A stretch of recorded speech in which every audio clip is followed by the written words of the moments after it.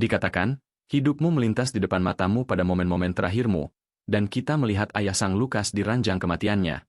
Pria itu meminta Sui untuk menjaga ibu dan adik perempuannya. Kemudian ia teringat ibunya memberinya camilan. Ibunya menyebutkan bahwa ia mendapat pekerjaan baru, menyuruhnya hanya fokus pada pelajarannya sebelum kita melihat adik perempuannya dengan lollipop, menasihatinya agar selalu mendengarkan ibu mereka. Adegan berganti ke sekolahnya di mana seorang pengganggu menginjak camilannya. Pengganggu itu kemudian mempertanyakan mengapa pemuda itu berani datang ke sekolah sementara teman-temannya menahan seorang gadis. Selanjutnya, si penyerang berteriak pada sang Lukas, mengatakan bahwa ia terlalu lemah untuk berpura-pura menjadi pahlawan. Gadis yang ia coba lindungi memberitahunya bahwa ia seharusnya tidak melukai para pengganggu dan hanya menjaga dirinya sendiri. Pada saat distraksi itu, sebuah truk yang melaju kencang menerjang ke arahnya, klaksonnya berbunyi nyaring. Pemuda itu benar-benar membeku, tak mampu memproses apa yang terjadi saat kendaraan itu semakin mendekat. Sejenak kemudian, payungnya tersapu angin, dan ia bertanya-tanya apakah ini benar-benar cara ia dimaksudkan untuk pergi. Terbaring di tanah dalam genangan merah, bocah itu menyadari bahwa akhirnya benar-benar telah tiba. Sebelum pergi, ia memikirkan ibunya dan adik perempuannya, Isusa, tepat saat cahaya aneh mulai membungkusnya. Ia meratap ketidakmampuannya melindungi mereka saat cahaya biru menghubungkannya dengan sepasang kekasih di jalan. Dengan air mata yang menggenang di matanya, bocah itu dikonsumsi oleh penyesalan karena begitu tak berdaya sepanjang hidupnya. Ia kemudian bersumpah bahwa dalam kehidupan lain ia akan melindungi orang-orang yang dicintainya dengan tangan-tangannya sendiri. Kesadarannya melakukan perjalanan ke dunia lain di mana ia terlahir kembali di benua ajaib Archanis. Di sana kita menemukan kerumunan yang berkumpul untuk sebuah acara saat seorang pria mengumumkan dimulainya berkat ilahi tahunan. Ia menjelaskan bahwa anak-anak di bawah usia 6 tahun harus menawarkan barang paling berharga mereka kepada para dewa. Sebagai imbalannya, seorang utusan ilahi akan dikirim untuk merasakan elemen sihir tersembunyi anak itu dan memberi mereka kesempatan. Seorang bocah kecil kemudian bertanya kepada ibunya apakah ia bisa menawarkan permennya, tapi ibunya bersikeras bahwa itu harus sesuatu yang bernilai. Untuk mengilustrasikan poin itu, kita melihat sebuah kotak yang berisi 2 permata biru yang sangat mahal dan berkilauan. Seorang wanita bangsawan bernama Lady Blank membanggakan bahwa semakin berharga persembahan itu, semakin tinggi peluang untuk diberkati. Sementara itu, 2 pria membahas keluarga Rian yang tampaknya menghabiskan seluruh kekayaan mereka hanya untuk berkat ini. Pada saat itu, sebuah keluarga bangsawan mulai berjalan menuju altar dengan langkah tegas dan percaya diri. Itu adalah keluarga Rian dan para pengamat bergumam bahwa itu akan sangat tragis jika mereka tidak diberkati setelah segalanya. Kepala keluarga, Hall Rian, berpikir pada dirinya sendiri bahwa ia telah memasang taruhan besar pada masa depan garis keturunannya. Ia percaya bahwa anak-anaknya, Leika dan Louis Rian, adalah yang paling cemerlang dan pasti akan menerima berkat tingkat tinggi. Pendeta yang memimpin upacara memanggil yang berikutnya dalam daftar untuk menghadap kerumunan. Julia Rian kecil dipanggil dan ia berjalan dengan ragu menuju altar untuk membuat persembahannya. Dengan itu, gadis kecil itu menawarkan sebuah mahkota emas kecil sebagai harta paling berharga miliknya kepada para dewa. Segera, sebuah lingkaran sihir biru besar menyala di lantai, bersinar dengan intensitas yang menakjubkan. Sinar-sinar energi mulai meletus dari lingkaran itu, dan semua orang terkejut oleh kekuatan yang dilepaskan. Seseorang di kerumunan bertanya-tanya apakah ini bisa jadi berkat legendaris Kahai, dewa petir yang perkasa. Untuk keterkejutan semua orang, berkat itu adalah tingkat 7, prestasi yang tak terlihat setidaknya selama 12 tahun. Keluarganya meledak dalam perayaan, merasa bahwa dengan bakat luar biasa seperti itu, mereka benar-benar telah dipilih oleh para dewa. Energi sihir itu kemudian mulai memudar perlahan saat gadis kecil itu tetap berada di tengah lingkaran. Setelah semua cahaya menghilang, Julia kecil ditinggalkan dalam kebingungan, tidak sepenuhnya memahami apa yang baru saja terjadi. Orang-orang mengomentari bahwa persembahannya adalah mahkota petir, tapi barang itu tidak akan memakan biaya seluruh kekayaan. Seorang pria menunjukkan bahwa masih ada 1 anak lagi yang tersisa dan harta legendaris sejati akan ditawarkan olehnya. Ayahnya kemudian berbalik ke putranya Lukas, memberitahunya bahwa gilirannya, dan bocah itu mengangguk dengan senyum percaya diri. Seorang pelayan menyerahkan kotak kepada Lukas, memintanya menerima persembahan yang ada di dalamnya. Saat membuka kotak itu, semua orang mundur dari energi iblis yang memancar dari pedang di dalamnya. Saat bocah itu memegang pedang itu, roh gunung berapi, nenek moyang sihir dan dewa api, terwujud di belakangnya. Adik perempuannya mendorongnya, menyuruhnya memberikan yang terbaik dan mengamankan berkat yang kuat. Pendeta mengamati bocah itu mendekati altar, merenungkan keberaniannya menawarkan sesuatu yang begitu berharga. Dari ini, ia memahami bahwa kepala keluarga Rian benar-benar mempertaruhkan segalanya pada bocah ini. Bocah itu meletakkan pedang itu di atas altar, dan sebuah lingkaran sihir berapi muncul dengan kekuatan yang menghancurkan. Di luar, langit tiba-tiba berubah warna, awan bergeser menjadi nada merah yang mengancam. Ayah bocah itu terpana, bertanya-tanya apakah ini mungkin berkat tingkat 9 legendaris. Di dalam aula, obor-obor yang menerangi ruangan mulai membakar dengan intensitas yang tidak wajar. Sejenak kemudian, gelombang api kolosal meletus dari altar, menerjang kerumunan yang ketakutan. Di tengah semua panas itu, Lukas muda tampak mengantuk seolah-olah sama sekali tidak sadar akan lingkungannya. Pedang iblis itu mulai melayang di udara, dan bocah itu menatapnya, benar-benar terpesona. Ia kemudian melihat api kecil yang berkedip di tangannya dan bingung, tidak memahami apa itu. Tiba-tiba, api itu meletus, menelan seluruh lengannya dan membuat pemuda itu panik. Pantulan neraka di matanya mengungkapkan intensitas kekuatan yang akan dilepaskan. Dalam sekejap, seluruh tubuh bocah itu dikonsumsi oleh api, dan ia mulai berteriak kesakitan. Ia benar-benar ditelan oleh api saat pedang terkutuk itu melayang tegas di atasnya. Dari dalam api itu, bola-bola api aneh mulai terbentuk dan menetes ke lantai. Mengikuti kejadian aneh ini, langit di luar kembali normal seolah-olah tidak ada yang terjadi. Ayah bocah itu bertanya apakah berkat itu sudah selesai dan kemana roh ilahi itu pergi. Keluarganya memandang dengan khawatir. Adik perempuannya kemudian menunjuk ke arah altar, mendesak semua orang untuk melihat ke sana. Tiba-tiba, sebuah tubuh jatuh dari langit, dibungkus api biru dan asap abu-abu. Pada saat itu, lollipop gadis kecil itu menyentuh tanah dan pecah berkeping-keping. Terbaring di lantai, bocah itu tampak bingung dan ketakutan tanpa pemahaman tentang apa yang terjadi padanya. Melihat saudara laki-lakinya dalam keadaan seperti itu, Julia kecil mulai menangis putus asa. Semua orang berlari ke arahnya, berteriak nama-namanya dan nama keluarganya dalam keputusasaan total. Orang tuanya berlutut di sisinya, memohon agar ia bangun sambil bertanya-tanya bagaimana ini bisa terjadi. Pendeta kemudian menyatakan dengan ekspresi muram bahwa Dewa Api telah benar-benar menolak bocah itu.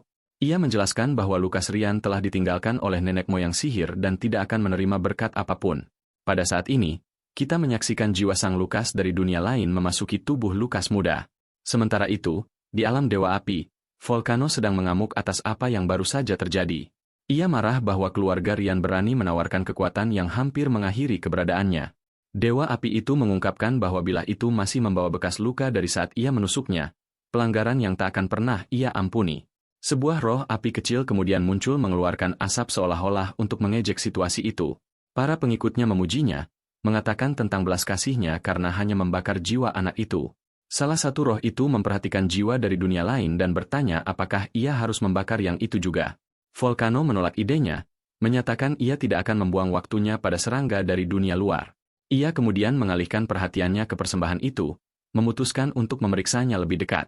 Jiwa sang Lukas tetap terperangkap dalam bola biru saat Volcano mengamatinya dari kejauhan. Di dalam bola itu, jiwa sang Lukas memandang cahaya yang sangat terang bersinar di depannya. Adegan kemudian bergeser ke alam mata air surgawi seorang dewa bela diri di mana sosok kuat melayang. Ini adalah dewa bela diri. Matanya bersinar dengan energi emas yang menandakan kekuatannya yang luar biasa. Dengan ekspresi muram, pria itu tampak sedang mempersiapkan diri untuk konflik besar. Kakinya memancarkan energi yang sama saat ia mulai melangkah melintasi permukaan tak terlihat di udara. Dengan itu, ia melesat maju dan menghancurkan penghalang dimensi yang pecah seperti kaca. Dewa bela diri tampak teguh untuk mengatasi segala rintangan yang menghalangi jalannya. Hanya dengan kekuatan langkahnya, ia terus menghancurkan penghalang-penghalang itu, memisahkan dimensi. Setiap langkah yang ia ambil merobek ruang di depannya, membentuk jalan ke yang tak dikenal. Akhirnya, ia menembus penghalang terakhir, tiba di tempat yang penuh bintang. Di sana ia menghadapi makhluk kolosal dengan banyak mata merah yang memerintah dunia aneh ini.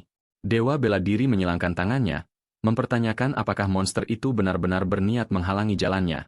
Makhluk itu menatap balik dengan mata-mata mengerikan dan membuka mulut yang penuh dengan gigi tajam seperti pisau cukur. Tanpa peringatan, entitas itu menerkam, meluncurkan serangan bayangan terhadap dewa bela diri. Ledakan energi gelap menembak ke arahnya, tapi pria itu tampak sama sekali tidak terganggu. Monster itu kemudian membuka mulut raksasanya, mencoba melahap dewa bela diri dalam satu gigitan. Tapi pejuang itu jauh terlalu kuat, menahan rahang makhluk itu agar terbuka dan mencegahnya menelannya. Dengan tatapan murka, dewa itu mempersiapkan serangan balik untuk menghilangkan ancaman itu sekali untuk selamanya. Ia menyalurkan seluruh energinya ke dalam satu pukulan, menghantam makhluk itu dengan kekuatan penuhnya. Pukulan itu begitu besar sehingga ledakan cahaya emas yang cemerlang benar-benar menghancurkan monster itu. Setelah mengalahkan makhluk itu, Dewa bela diri membiarkan dirinya tersenyum puas atas hasil pertarungan. Pada saat itu, lubang cacing raksasa robek di ruang angkasa, membentuk portal cahaya biru. Pria itu berdiri di depan portal, mengamati kekuatan luas yang memancar dari dalamnya. Senyum percaya diri terukir di wajahnya saat ia tampak bersiap melangkah melalui portal. Ia kemudian berkomentar bahwa sumber kekuatan ini ternyata tidak terlalu istimewa. Tiba-tiba, cahaya emas kecil muncul di kekosongan dan dengan cepat melesat ke arahnya. Itu adalah peri berotot yang terbang ke arahnya sambil menangis dan berteriak memanggil tuannya. Dewa bela diri menangkapnya di telapak tangannya, bertanya mengapa roh pelayannya mengganggunya. Ia kemudian merasakan gangguan aneh dan menyadari bahwa mitra lamanya, Rek D, baru saja dihancurkan. Pejuang itu bertanya-tanya apa yang sedang terjadi di benua Arcinus untuk ini terjadi. Ia teringat bahwa 1000 tahun lalu, seni bela diri unggul daripada sihir, namun sekarang Volcano yang disembah. Peri itu membalas bahwa jika ia tidak begitu terobsesi dengan seni bela diri, dewa menyedihkan itu tidak akan pernah naik ke kekuasaan. Pria itu menjawab bahwa terlepas dari itu, menyebarkan jalan seni bela diri adalah beban berat yang harus ditanggung. Api kecil muncul dan ia mengakui ia tidak tertarik mengembangkannya, tapi ia punya kewajiban. Ia merasa terdorong untuk meneruskan pengetahuannya agar seni bela diri tidak hilang. Karena alasan itu, ia menyatakan bahwa makhluk kecil seperti dirinya harus tetap setia pada pelatihan. Ia kemudian berbalik dan mulai berjalan menuju cahaya putih yang sangat terang. Kesadarannya mengembun menjadi titik cahaya kecil, melakukan perjalanan melalui kekosongan ruang angkasa yang dalam. Tiba-tiba, Sang Lukas yang tidak sadar mendengar suara dan bertanya-tanya apakah ia entah bagaimana selamat. Ia kemudian membuka matanya dan menemukan dirinya dalam situasi yang benar-benar baru, tak mampu memahami apa yang terjadi. Di mata pikirannya, Sang Lukas melihat dirinya dikelilingi oleh banyak wajah berotot dewa bela diri. Memakai ikat kepala, pemuda itu benar-benar bingung, gagal memahami semuanya. Entitas itu memperkenalkan dirinya sebagai Mars, dewa bela diri, dan menyatakan ia akan memberinya berkat ilahi. Secara tiba-tiba, Lukas terbangun di tempat tidur, mempertanyakan apakah pengalaman itu hanya mimpi aneh. Baru saja itu, para peri berotot itu muncul, terbang berkeliling dan dengan antusias bernyanyi nama dewa bela diri. Bocah itu terkejut saat entitas itu mengumumkan ia akan menganugerahkan berkat dewa bela diri kepadanya. Segera setelah itu, sinar cahaya emas menghantamnya, meninggalkan pemuda itu benar-benar lumpuh. Ia menerima berkat tingkat 9 dewa bela diri, dan batasan pada pelatihan seni bela dirinya dihapus. Duduk di tempat tidur, ia bertanya-tanya apa itu semua dan apa arti Martial God level 9 itu. Selain itu, ia terkejut oleh ingatan betapa luar biasanya berotot roh-roh dewa itu. Pemuda itu kebingungan, bertanya-tanya apa yang sedang terjadi karena ia seharusnya sudah mati. Ia teringat kecelakaan truk dan tidak bisa memahami mengapa ia masih hidup setelah segalanya yang terjadi. Dengan mata terbelalak, ia mulai menghubungkan titik-titik dan memahami realitas barunya. Tiba-tiba, banjir kenangan dari Lukas Rian asli membanjiri pikirannya sekaligus. Pemuda itu pecah dalam tawa gugup, bertanya-tanya apakah para dewa hanya bermain lelucon kejam padanya. Ia menyadari ia telah terlahir kembali ke dunia sihir sebagai bocah yang ditinggalkan oleh para dewa. Ia memikirkan ibu dan adik perempuannya, menyadari mereka sekarang akan hidup dari pembayaran asuransi kematiannya. Menundukkan pandangan ke tangannya, ia masih tidak memahami arti berkat dewa bela diri atau seni bela diri. Pada momen kebingungan ini, sebuah lollipop merah muda dan putih secara misterius menggelinding ke kamarnya. Bocah itu berbalik ke arah pintu, penasaran siapa yang mungkin meninggalkan permen itu untuknya. Di ambang pintu, seorang gadis pirang kecil memanggilnya, matanya penuh air mata dan ekspresinya sangat sedih. Kita mendapat close-up wajahnya saat air mata mengalir di pipinya sementara ia menangis tak terkendali. Ia kemudian berlari maju dan melompat ke Sang Lukas, yang memeluknya. Ia menangis bahwa ia akhirnya bangun. Gadis kecil itu menjelaskan bahwa ia mendengar orang-orang mengatakan ia tidak akan pernah bangun, yang membuatnya sangat khawatir. Dengan senyum menenangkan, pemuda itu meyakinkannya bahwa semuanya baik-baik saja. Berpikir pada dirinya sendiri ini pasti adik perempuannya yang baru, Julia. Ia kemudian teringat adik perempuannya yang dulu, Isusa, dan membayangkan kedalaman kesedihannya atas kematiannya. Karena ini, ia bersumpah untuk melindungi orang-orang berharga dalam kehidupan baru ini, mengandalkan dewa bela diri untuk membantunya. Di luar, matahari bersinar terang pada pot bunga kuning, melambangkan fajar harapan baru. Adegan kemudian berganti ke altar di mana patung malaikat yang megah dan mengesankan berdiri menonjol. Patung itu tampak tenang dan damai, tapi tiba-tiba aura aneh mulai meresap di area itu. Cairan gelap mulai menetes dari mata patung itu, menyerupai air mata darah. Tak lama kemudian, seluruh patung itu dilapisi zat ini, dan sosok jahat terwujud. Seorang wanita misterius menyatakan bahwa kehadiran pria yang dibencinya itu akhirnya lenyap dari dunia. Ia kemudian merenungkan apakah ia telah tiada atau hanya meninggalkan dunia ini untuk selamanya. Dengan lambang ular di dadanya, wanita itu meratap bahwa ia sekarang memiliki sangat sedikit kekuatan yang tersisa. Rambut hitamnya melayang di udara saat ia tampak perlahan pulih dari luka-lukanya. Dengan senyum sinis, ia menyatakan bahwa tanpa ia menghalangi, dunia ini segera akan sepenuhnya menjadi miliknya. Cerita kemudian maju 9 tahun, menunjukkan kami kediaman mewah keluarga bangsawan Rian. Di luar, seorang pemuda bersiul sambil menyeka keringat dari wajahnya dengan sapu tangan putih.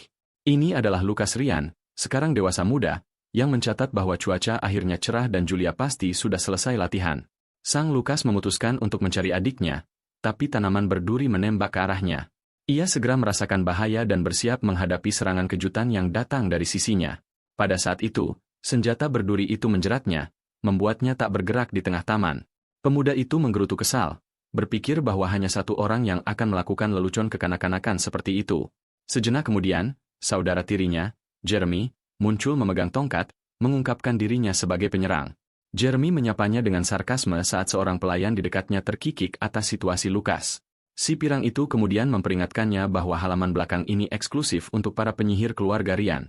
Duri-duri itu kemudian mengerat lebih kuat di sekitar tubuh pemuda itu, menyebabkan rasa sakit yang signifikan. Dengan senyum kejam, Jeremy mengancam akan mematahkan beberapa rusuknya untuk memberi pelajaran. Tapi untuk keterkejutan si penyerang, sang Lukas hanya menguap bosan, meninggalkannya bingung. Pemuda itu kemudian menunjukkan bahwa adiknya sedang menyelesaikan pelatihan sihirnya dan akan kembali kapan saja. Dengan tatapan serius, ia memperingatkannya untuk melepaskannya jika ia tidak ingin digoreng oleh petirnya.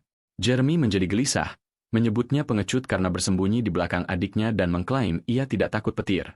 Pada saat itu juga, petir ungu turun dari langit, menghantamnya dengan kejutan listrik yang kuat. Bocah itu ditinggalkan benar-benar gosong saat pelayan berteriak ketakutan untuk tuannya. Sang Lukas kemudian melirik ke belakang untuk melihat adiknya Julia mendekat, tongkat sihirnya di tangan. Tongkat pinknya, dihiasi telinga kucing, masih berderak dengan percikan ungu, menunjukkan kekuatannya yang luar biasa. Julia, sekarang lebih tua, memperingatkannya bahwa jika ia mengganggu saudara laki-lakinya lagi, ia tidak akan mudah padanya. Dengan ekspresi marah, ia cemberut, membuat jelas bahwa ia tidak main-main. Ia kemudian berbalik ke sang Lukas, meyakinkannya bahwa ia akan segera menghilangkan tanaman merambat itu. Dengan sihir Julia, tanaman berduri itu hancur ke tanah dan perlahan membusuk menjadi debu. Pada saat itu, sang Lukas dengan sayang menepuk kepala adiknya, dan ia memberinya senyum menggemaskan. Pemuda itu kemudian berbalik ke saudara tirinya, bertanya apakah ia akhirnya belajar pelajarannya tentang mengganggunya. Wajahnya memerah karena marah, Jeremy hanya bergumam tak jelas, tak mampu membentuk respons. Segera setelah itu ia dan pelayan melarikan diri dengan ekor di antara kaki mereka, ketakutan pada gadis itu. Lukas mengomentari bahwa ia cukup mudah padanya dengan kejutan terakhir itu karena ia tampak baik-baik saja. Wanita muda itu kemudian bertanya mengapa ia tidak melawan balik, mengingatkannya bahwa kekuatannya adalah rahasia di antara mereka. Sang Lukas tersenyum, menambahkan bahwa selain itu, ia selalu ada untuk melindunginya dari segala bahaya. Dengan senyum percaya diri, ia menunjukkan bahwa ia hanya menggoda adik kecil yang dicintainya. 9 tahun telah berlalu sejak reinkarnasinya ke tubuh Lukas Rian muda. Ia teringat bahwa pada hari ia bangun, ayahnya datang mengunjunginya, bersandar pada tongkat kayu. Saat itu, pemuda itu yakin ia akan diusir karena gagal memenuhi harapan mereka. Tapi untuk keterkejutannya, ayahnya memeluknya, mengatakan ia hanya senang bahwa ia bangun dengan selamat. Sang Lukas menjelaskan bahwa Hol Rian adalah pemimpin ordo kesatria terkenal di dalam kerajaan. Karena itu, ia jarang pulang untuk melihat anak-anaknya, tapi ia tetap ayah yang penuh kasih bagi mereka.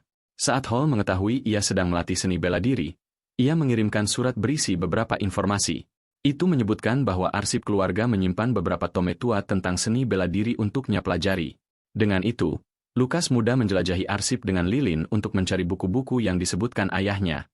Berkat surat itu, pemuda itu mampu memulai rencana berani dan ambisius untuk masa depannya. Kembali ke masa kini, seseorang di luar kediaman berteriak, memanggil Tuan Muda Lukas.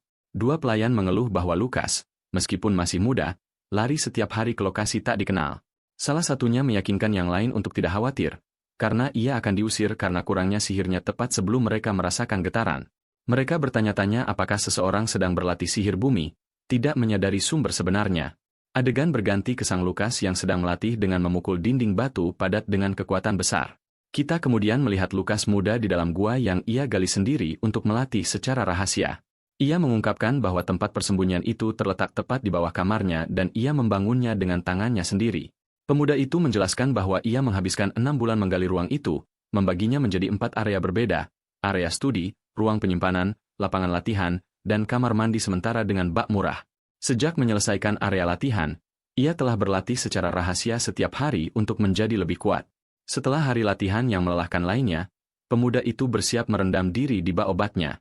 Air ungu itu berdesir dengan bentuk-bentuk spektral yang naik darinya, menunjukkan sifat kuatnya.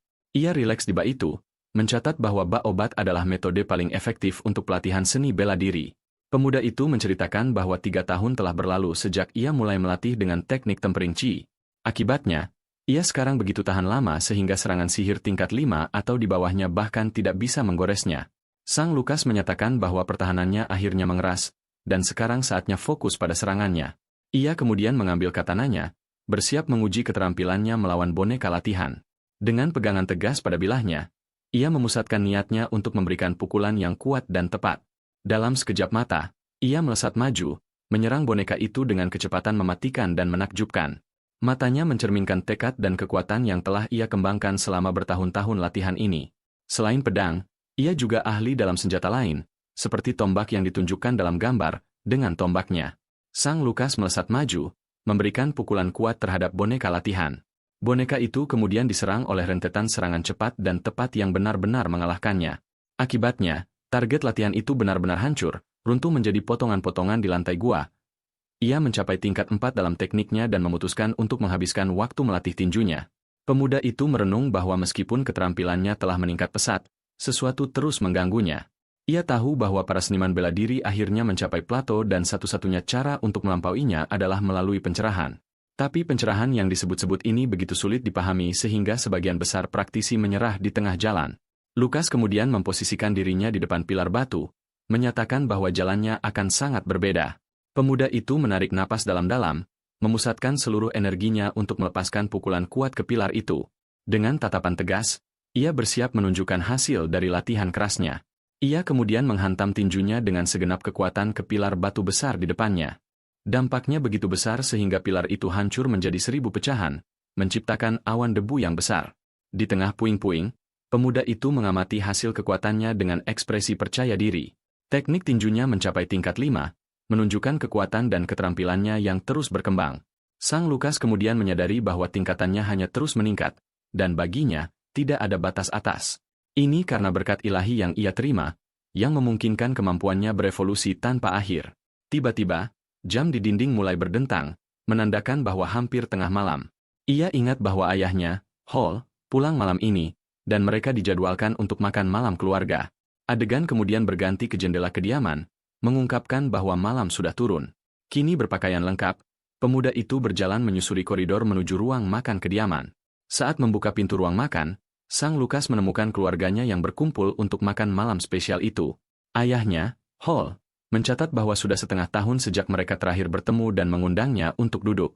Dengan senyum, pemuda itu setuju dan menuju tempatnya di meja makan besar. Patriark itu mengumumkan bahwa Akademi Allen sedang mendirikan departemen bela diri dan bahwa ia sudah terdaftar.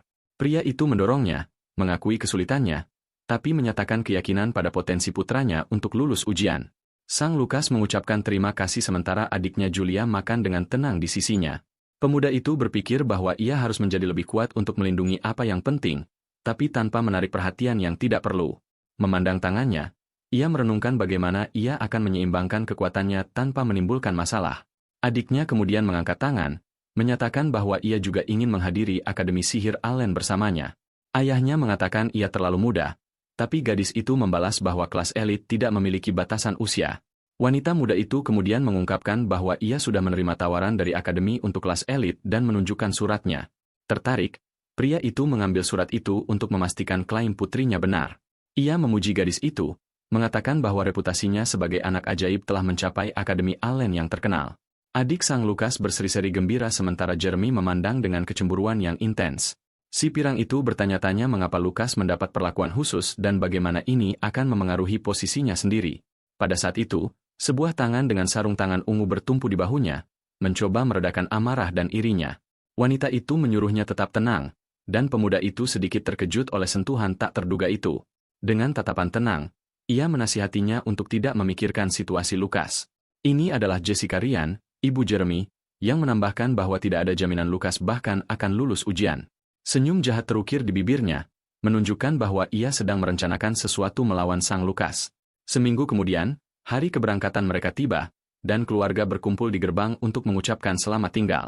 Ibu Lukas dan Julia menyuruh mereka menjaga diri, berjanji akan berkunjung dengan puding favorit mereka.